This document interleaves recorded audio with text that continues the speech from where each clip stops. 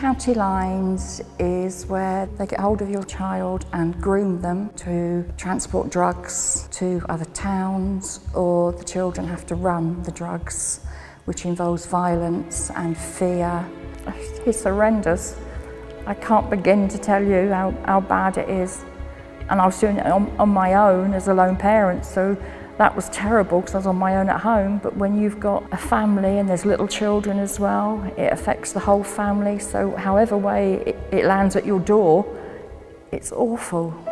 So when this opportunity came, I wanted to do it because I don't want any other family to go through what we've been through.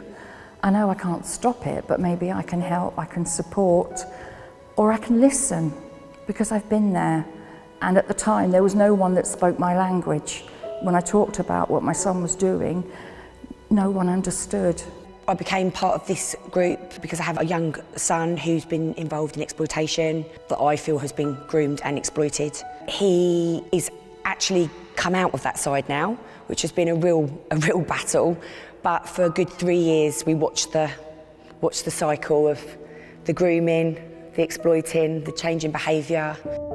Coming to this group and getting to know everybody, we come from all walks of life. We're all very, very different people. And I don't think it matters what parent you are. If they get hold of your children, they get hold of them, because, you know, what child doesn't want money? What child doesn't want to do fun things? And before they know it, they're in way too deep. Oh, the biggest benefit of coming to the group's definitely been meeting like people that just have been through what you've been through, or still going through it. Or there's a couple of mums whose children you can see are at the beginning of the exploitation. They're being groomed right now. Then you're able to say to them, has this happened or has that happened? And if it has happened, then you can advise them or support them in maybe how to stop it progressing. So that one is one particularly that I'm not a massive fan of, because you sign into like an online website. A typical session runs for about an hour and a half, and we have like a PowerPoint presentation, which is it's really interactive for the group, so it's kind of not deaf by PowerPoint. We watch videos, we do activities, we kind of have handouts, and there's the opportunity that parents can kind of ask questions, or they kind of share experiences naturally around what's going on for their child.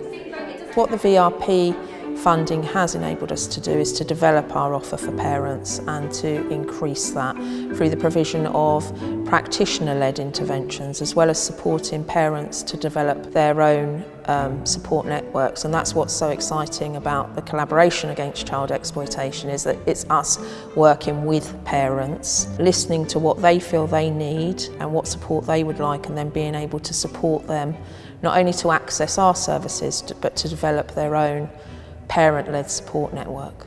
The feedback the parents have given has been really amazing. We've been really lucky with being able to run a pilot group where we kind of were continually looking at evolving the group and kind of what worked and what didn't work. And as we've delivered each session, we've kind of adapted that a little bit more. You know, the parents find it really valuable meeting others and feeling that they're not isolated. They've got other people who are sharing a similar journey and experience to them. Over the 2.5 years of this that it's been so far, I mean, we've worked with, I think it's 55 families over the course of that, you know, and their children. I think in nearly all cases where, you know, they were ragged initially, probably red or amber on the MACE panel, which is, you know, where we discuss and plan for the safety of these children.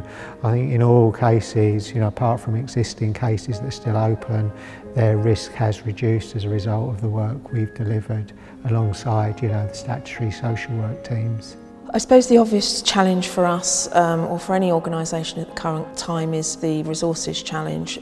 This type of work is very resource intensive, and lots of time goes into supporting the parents, both in terms of the intervention but also outside and around that intervention. And I think what the additional money from the Violence Reduction Unit and from the Youth Justice Board has enabled us to support this group and this collaboration through the provision of staffing and resources. The challenge will always be how you ensure that you are able to continue to deliver those services if the funding is no longer available.